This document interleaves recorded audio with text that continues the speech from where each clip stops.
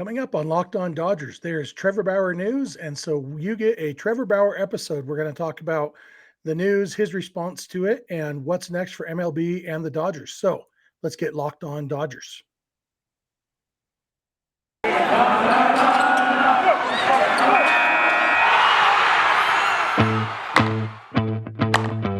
You are Locked On Dodgers, your daily Los Angeles Dodgers podcast. Part of the Locked On Podcast Network, your team every day.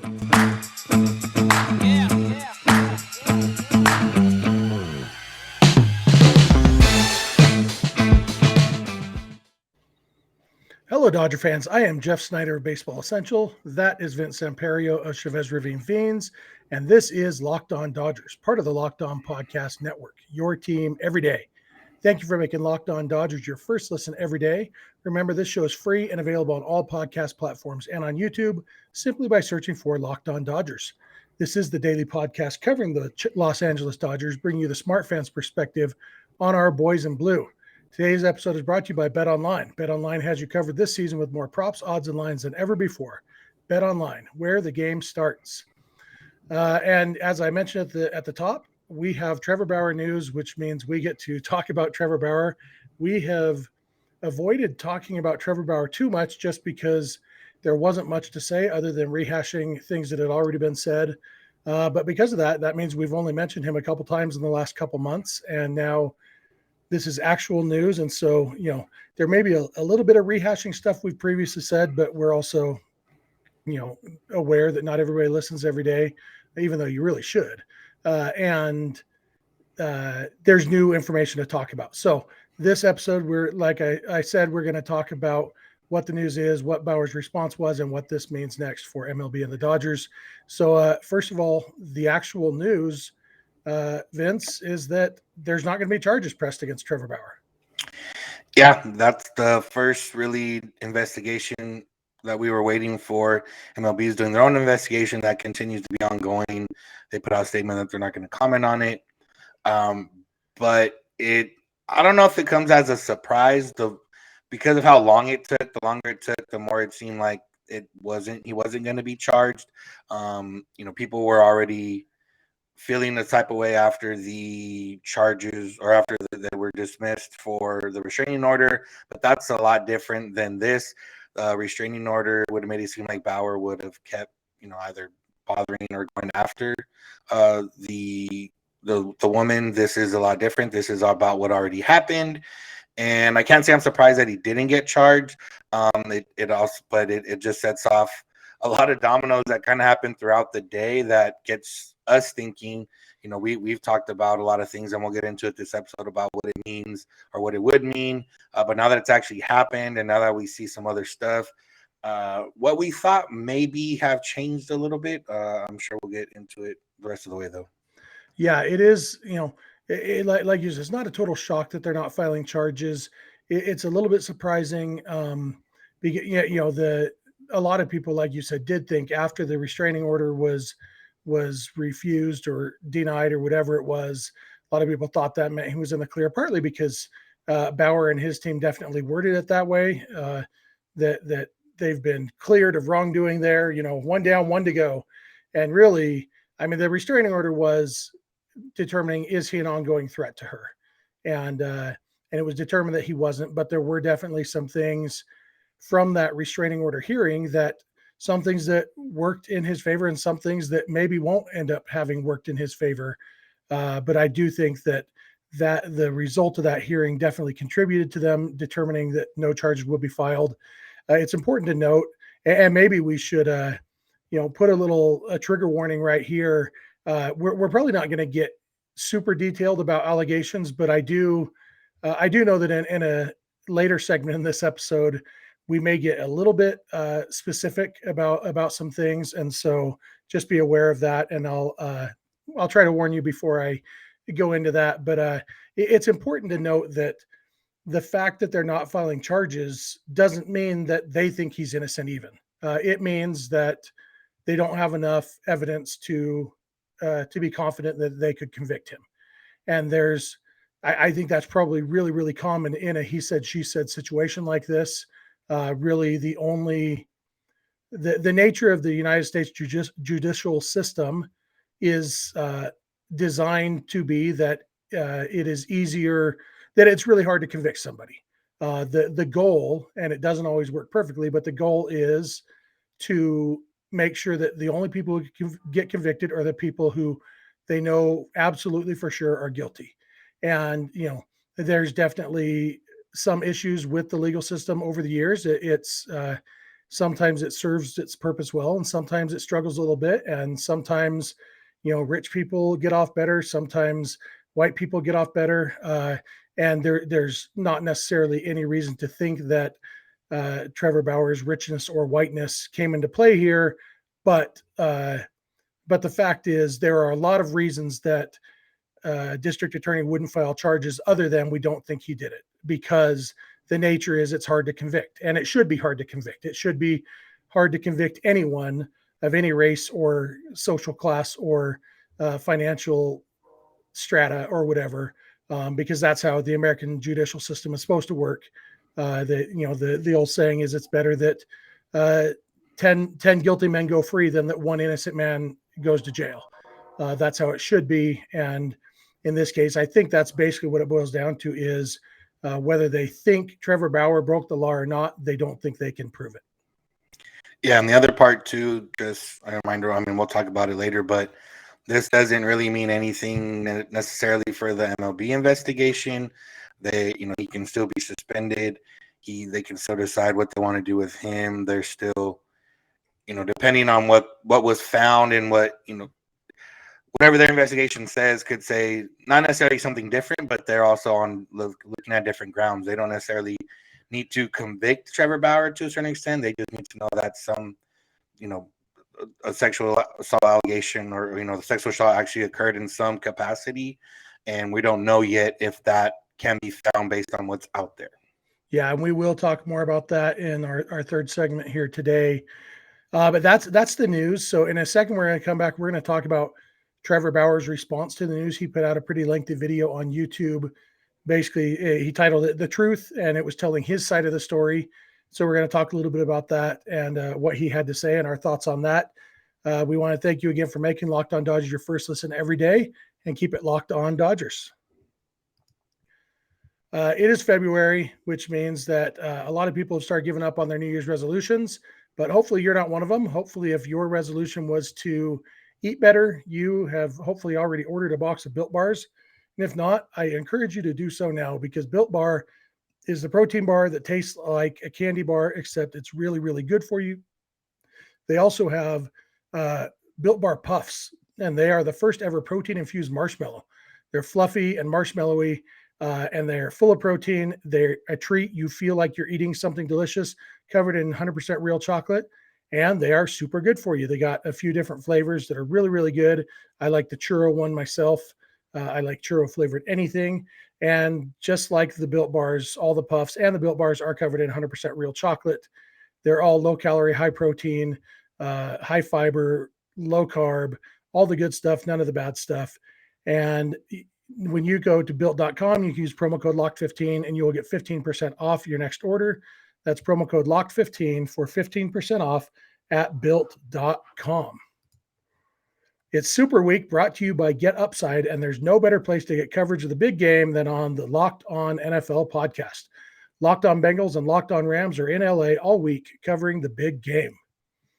All right, we are back to talk more about Trevor Bauer. And after the news came out that he wouldn't be charged, Trevor released a video on YouTube about 7 minutes long and basically giving his side of what happened. And I'll do a quick summary, and then Vince, you can summarize the parts that I forgot. But basically, Bauer says, and this is, there may be some graphic descriptions here, probably not too bad, but just be aware of that. But Bauer said that they had 2 sexual encounters, him and his accuser.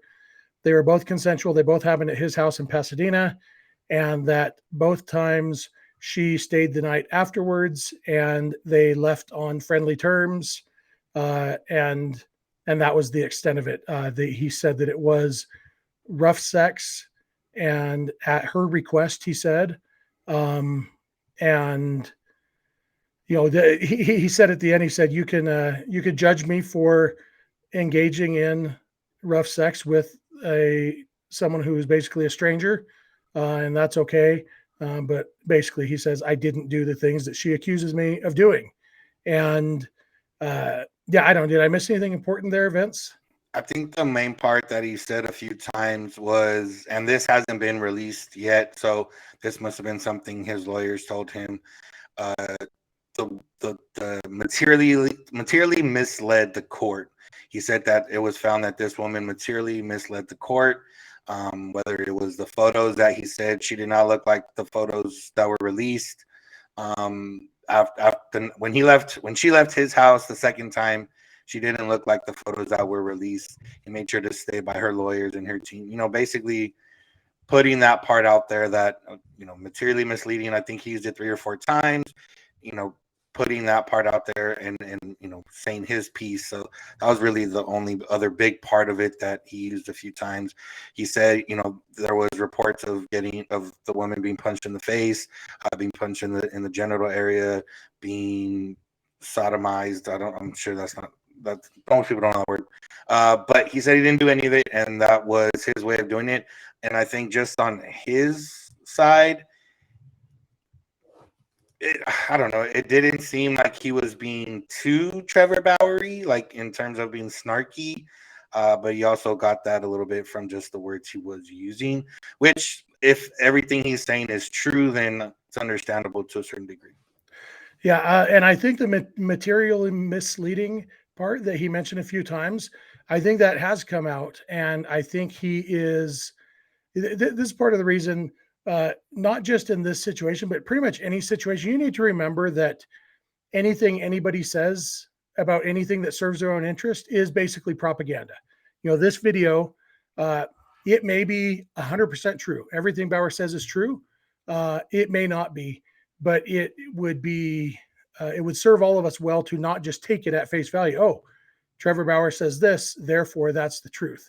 When he talks about her having been proven to have been materially misleading, that comes from the restraining order hearing. The court found that her claim that Trevor Bauer was calling and texting her nonstop for 2 weeks was materially misleading because he actually only reached out to her a couple times in those 2 weeks. And so that's where that comes from. And you could look at that a few different ways. Yeah, why did she feel a need to lie in her accusation? But also, it's not necessarily really closely associated with the actual charges. And so the fact that she lied about how often he was calling and texting after the fact might mean something, but it definitely doesn't mean as much as Trevor Bauer tried to make it seem like it means by mentioning it 3 or 4 times in his 7-minute video.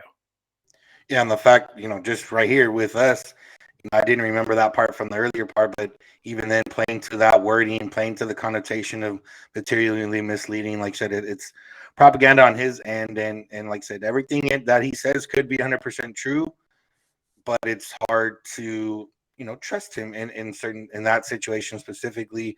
And it's just like the other time when this all first started coming out, and we had certain people on a certain section of Dodgers Twitter kind of not celebrating, but stating their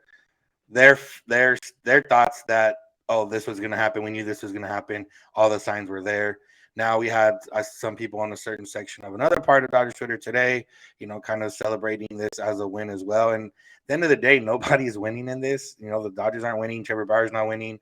The alleged victim's not winning. They have tax dollars were spent on this. Nobody's winning in all of this. So I just think that it doesn't need to be treated as such. It's treated as a subject that it is.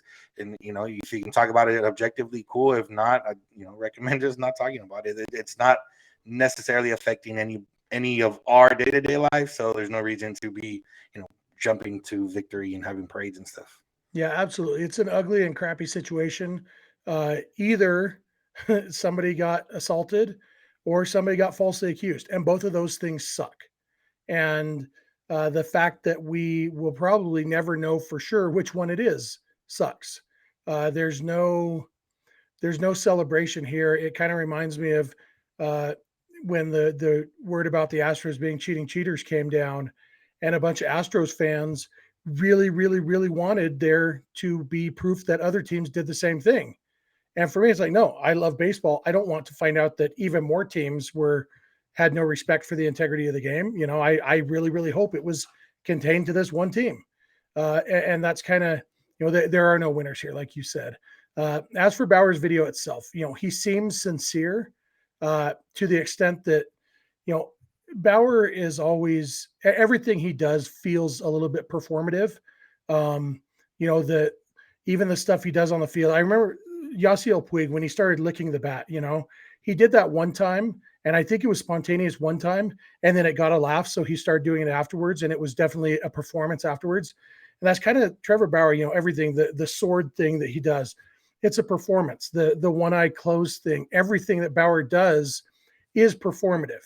And so this video was definitely a performance. Doesn't mean that it was false, doesn't mean it was a lie, but that's how Trevor Bauer expresses himself in a performance. And you can tell that he's very smart, and that he knows he's very smart, and that he's used to being the smartest person in the room.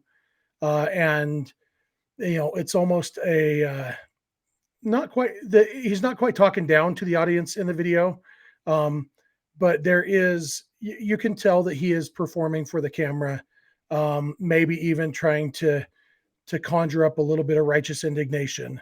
And the fact is, if he's telling the entire truth in that video, then yeah, he has every right to be upset about his name being dragged through the mud. Because to be clear, what he's saying is she is lying about the extent of her injuries that he caused. There are photos out there of her injuries, and according to him, she didn't look anything like that when she left his house. The last time she was with him, she didn't look anything like that. And if that's the case, what he's saying is she caused these injuries to herself, or had someone cause them to her in order to lie about him. And that's a serious thing. And so if that's the truth, then yeah, he has every right to be pissed off. We don't know, and we probably never will know for sure if that is the truth. But it's if you, I don't know if I should even recommend that people watch the video. I watched it because I knew that you and I needed to talk about it on the podcast. And it's not bad. I mean, definitely don't watch it with small children in the room. But it's, I think there's value in watching it and judging for yourself and determining for yourself whether you think he's believable, maybe. Yeah, and if you have a strong feeling towards him either way, then watching it probably isn't gonna change or affect that. I would recommend reading it. I know Fabian Ardaya, I believe he transcribed it personally himself. So there's a transcription out there if you want to just read it. I do think, for a while there, it kind of seemed not like he was taking a victory lap, really, but just kind of, blaming the materially misleading, using it a few times, blaming the media a few times, and kind of like, okay, where's the sincerity going to come in? I understand that if you're to being 100% true and correct and right, he doesn't have to be sincere necessarily, but it was also a situation where sincerity would help. And I do think at the end, when he does say he's not a perfect person, if you want to judge him for engaging in rough sex with the woman he hardly knew, that's okay. He said he evaluated his life over recent months, clear that he's made some poor choices, particularly in regards to the people that he's chosen to associate with. But then, goes on to hedge that by saying, but not how she and the media portrayed me to be. And then he says, allegations like this are serious. They should be thoroughly investigated like they were, and all that kind of stuff. And then he mentioned how grateful he is for everybody that reached out to him and stood by him or whatever the case is. And, I think at the end he did wrap it up fairly well, because when I was watching it, I was like, okay, well, if you're going to deny, you've been denying this the whole time, so you're not telling me anything new. Now, if you're saying that, okay, you learned from it and you're going to learn from it, obviously you still have to take it with a grain of salt, because we have to see it, or if you care enough that you want to see it, you have to see it. But at the very least, he wrapped it up at the end very well. And like I said, it seems sincere, but it's also, like you said, performative. People that have done things in the past. I mean, there's any number of like a reality shows or anything else with people that do, kind of crazy things or whatever the case is. And they're able to, or even people in your life maybe that do things and are able to kind of act sincere when it needs to be. And obviously when you're trying to get the public on your side again, that's what it's going to look like. So yeah, we're not going to know. And we'll talk about in the next segment, kind of if we need to know or what we feel like we need to know or where it's going to lead to. Yeah.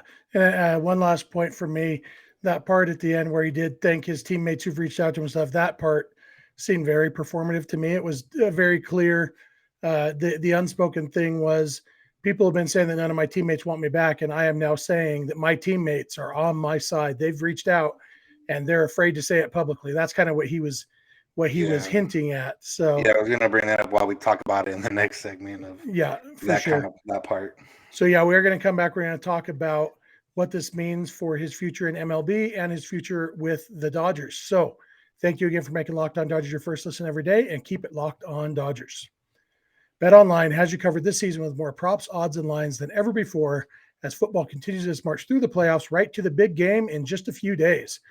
BetOnline.net remains the best spot for all your sports scores, podcasts, and news this season. And it's not just football. BetOnline has up-to-the-minute info on pro and college hoops, NHL, boxing, UFC, along with live real-time updates of current games. Don't wait to take advantage of all the new amazing offers available for the 2022 season. BetOnline, where the game starts. All right, so back to Trevor Bauer for one more segment. The fact that he is not having charges pressed against him by the Pasadena, whoever, the jurisdiction, no legal charges, but that doesn't necessarily mean that he is out of the woods when it comes to MLB. And there's a lot to talk about. I think we talk about his case with MLB first, and then we'll talk about what the Dodgers can do, if anything, after that. For me, with MLB, what it boils down to is I don't know that it's any less likely that he be suspended just because there's not charges filed. The league's domestic violence policy specifically says that they can suspend a player even if there aren't charges filed. As far as I know, I don't know that there's ever been charges like really filed against a player. Definitely that nobody's ever been convicted who's been suspended by under this policy that the league's had in place for 5 or 6 years. And so, and really this isn't that much different from a lot of different cases. For me, where the big difference lies is this is the first time under this policy that a player has been accused of sexual assault. Everything else has been domestic violence. And this policy covers domestic violence, sexual assault, and child abuse. And nobody's ever been accused of sexual assault or child abuse before under this policy. It's always been domestic violence.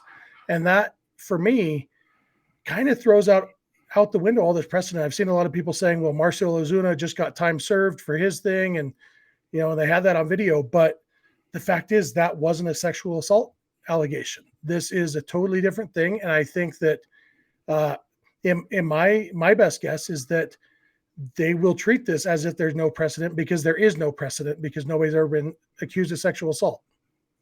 Yeah. And then with that, that would take over time served. A lot of people, Marcell Ozuna basically got time served for his thing this past season. I'm sure Trevor Bauer and his people are going to argue for time served. But like I said, it's never been something before. We don't even know what the investigate, how close is this investigation to what the Pasadena police were doing? How similar is it? Well, what were they looking for the same stuff? Is MLB looking for something specific? You would imagine they're looking specifically for sexual assault. So they're looking at, more of the stuff where, were those photos real? Were those photos, legitimate and everything like that? So it's hard to even have a guess of anything at this point, especially, MLB's in a lockout, so we're not going to get that resolution. We're not going to get this resolution until after that resolution happens. So it's just weird. But, with the time served being as much as it is, with no charges being filed, And depending, what they find, I do think that this is the first time where I'm not thinking it's a significant suspension as I thought, and maybe not even up to half a season, depending what exactly they find. Yeah, and the thing that still sticks with me that I don't know the answer to this, but this for me is the big question, is according to the league's policy, sexual assault. I'm going to read the definition of sexual assault from the league's policy.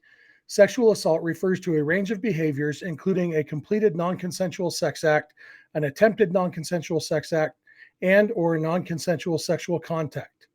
That's kind of the definition of, and it's all about consent. You can see all three of those things mention consent. And then the next sentence really hammers it home. It says lack of consent is inferred when a person uses force, harassment, threat of force, threat of adverse personnel or disciplinary action, or other coercion, or when the victim is asleep, incapacitated, unconscious, or legally incapable of consent. And that last part is where the league very well might still find that he committed sexual assault, because during that hearing about the restraining order, the accuser, accused under oath, said that, and this is where we may get more graphic than you might want. So skip forward 30 seconds if you don't want the details. But the accuser said that Trevor Bauer, while she was unconscious, punched her in the butt, punched her in the vagina, and had anal sex with her. And if you're back with us now, that's the end of the graphic descriptions we're going to have. If those things, and in that hearing, Trevor Bauer's side didn't deny it. They didn't argue that. They did.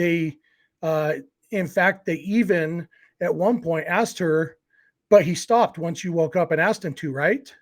Basically, that's not a direct quote, but that's a paraphrase, and it's the essence of the question. And so they essentially admitted that he violated that last sentence because they admitted that he performed sexual acts while she was unconscious. And that is the definition, according to MLB's policy, of sexual assault. Now, the fact is that's also the definition of sexual assault according to California law. And so there might be more to it if it wasn't enough for the district attorney to think, well, he admitted this in court, his side admitted this in court, so we've got him dead to rights, then maybe MLB will feel the same way. But I think that clause is why there's still a significant chance of him being suspended. Yeah, and in his video, he did say that she consented beforehand and consented during and continued. He didn't say continued to consent, but it was implied that the consent was there the whole time. And yeah, I mean, that's really what it's going to come down to, whether they find something that shows that it was or it wasn't. And then when, like I said, now that we turn kind of to what this means, and I think the door slightly open to Trevor Bauer playing on the Dodgers next year, something that we hadn't really. I mean, we've mentioned it and said it could happen, but now this slightly opens that door, depending what the MLB investigation says. But I do think it's going to come down. He mentioned teammates specifically in that last part of his video. But I honestly think, regardless of whatever happens, he gets suspended, he doesn't get suspended, I think it's going to come down to the team. And I think if Mookie Betts and Justin Turner and if Kershaw comes back and whoever else come up and say, hey, we don't want this guy on our team, and I think the Dodgers will try to find a way to not let him pitch for the Dodgers. But I do think, I don't know, it seems like this is the closest we've been the entire time to he might pitch for the Dodgers in 2022. It's possible. And, if he's not suspended, I guess a quick explanation of what would happen on the concept of time served. Trevor Bauer was on paid administrative leave, and suspensions are unpaid. So if they said, okay, Trevor, we're going to suspend you for half a season, and you can take time served, and so you're eligible to pitch on opening day, but that would mean that he would have to pay back the Dodgers the money that they paid him for that half a season while he was on administrative leave. He was paid that whole time, and he would have to give that money back. His other option would be to take the suspension this year, the half a season suspension, whatever length it is. The fact is, though, he's making a little bit more money in 2022 than he did in 2021. So financially, it makes more sense for him to pay the money back. I wonder if the Dodgers would then get some luxury tax back because that would probably drop them below the threshold. It might affect their draft status. I don't know. It's weird stuff that's weird to talk about in this situation. But what the Dodgers can do, the Dodgers can't do anything until the league either suspends him or decides not to suspend him. Their hands are really tied until then. And after that, the policy says that no club may take any disciplinary action or adverse action against a player arising from an incident involving a covered act if the commissioner's office does not transfer its authority. So that seems to indicate that the Dodgers' hands are tied, and I think for the most part they are. But then we have the situation with Starlin Castro in the Nationals last year when he was suspended for 30 games for domestic violence, and the Nationals announced that day, the day he was suspended, as soon as his suspension's over, we're releasing him. He's done. He's not playing for us anymore. For me, part of the big difference is Starlin Castro was a bad player who had 6 weeks left on his contract after the suspension, whereas Trevor Bauer is a Cy Young Award winner who will have a year and a half or so. We don't know how long the suspension will be, but he will have a longer amount of time left on his suspension or on his contract after any suspension. And so I don't know why the Nationals were allowed to do that. And the one thing that I thought of that might apply to the Dodgers is maybe because MLB contracts are guaranteed, maybe releasing a guy doesn't count as adverse action because he still gets paid. That's the only thing I can think of.